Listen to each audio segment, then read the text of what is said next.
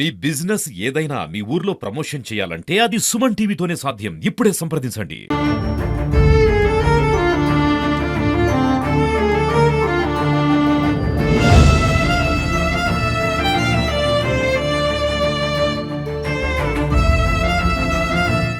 నివాళులు అర్పిస్తూ వాళ్ళు చనిపోయి 10 ఏళ్ళు అవుతున్నా వారి యొక్క ఆశయాలని మన చిత్తూరుకి ఏ విధంగా వాళ్ళు అభివృద్ధి చేయాలనుకున్నారో వాటినన్నిటినీ కూడా మేము వాళ్ళ కుటుంబ సభ్యులుగా మేము ముందుకు తీసుకెళ్తున్నాము. అందరికీ తెలిసిందే, గత నెలలో తీర్పు కూడా డెత్ పెనాల్టీ ఎవరైతే హత్యలో భాగస్వాములు అయ్యారో వాళ్ళందరికీ కూడా డెత్ పెనాల్టీ ఇవ్వడం జరిగింది. కాబట్టి 10 ఏళ్ళుగా మేము దేనికోసం అయితే వేచి చూసామో అది భగవంతుడు వాళ్ళకి పనిష్మెంట్ ఇచ్చాడు. వాళ్ళు లేకపోయినా మేము ఎప్పటికీ కూడా వాళ్ళ ఆశయాల్ని ముందుకు తీసుకెళ్తామని దీనికి సహకరిస్తున్న ప్రతి ఒక్కరికి, ముఖ్యంగా తెలుగుదేశం పార్టీ అధ్యక్షుడు గారైన చంద్రబాబు నాయుడు గారికి, లోకేష్ బాబు గారికి మేము ఎప్పుడు కూడా రుణపడి ఉంటాము.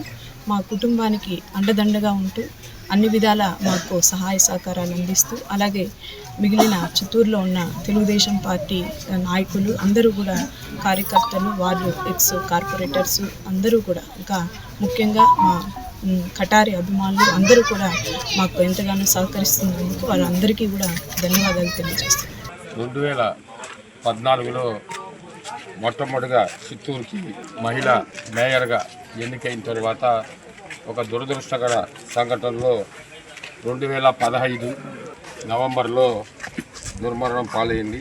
మరి వాళ్ళు ఎంతో ఉన్నత ఆశయాలతో మరి మొట్టమొదటిగా మహిళా మేత బ్రహ్మాండంగా చిత్తూరు అభివృద్ధి చేయాలనే ఉద్దేశంతో వాళ్ళ కళని నెరవేర్చాలని మళ్ళా వాళ్ళ ఫ్యామిలీలోనే మేయర్గా ఫ్యామిలీతో రావడం, అభివృద్ధి కార్యక్రమాలు కుంటుపడకుండా చేసుకుంటూ రావడం కూడా జరిగింది.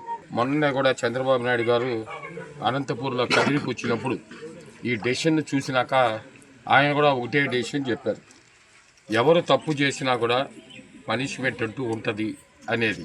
ఏది ఏమైనా కూడా ఇక్కడ చిత్తూరులో ఇది జరగడం బాధాకరం. తప్పకుండా ఆ కుటుంబానికి తీరని లేటు. మరి అనురాధ కానీ, కటారి మోహన్ కానీ, అదేవిధంగా ప్రవీణ్ కూడా చనిపోవడం కూడా దాన్ని ఎవరు తీర్చలేని లోటు. అయితే కూడా తప్పకుండా కూడా పార్టీ ఆ కుటుంబాన్ని మొట్టమొదటి నుంచి కూడా ఆదుకుంటూ వస్తూ ఉంది, ఇంకా కూడా ఆదుకుంటుందని కూడా తెలియజేస్తూ వాళ్ళ కుటుంబానికి మరొక్కసారి ఆత్మస్థైర్యం ఆ దేవదేవుడు ఇవ్వాలని కూడా కోరుకుంటున్నాను.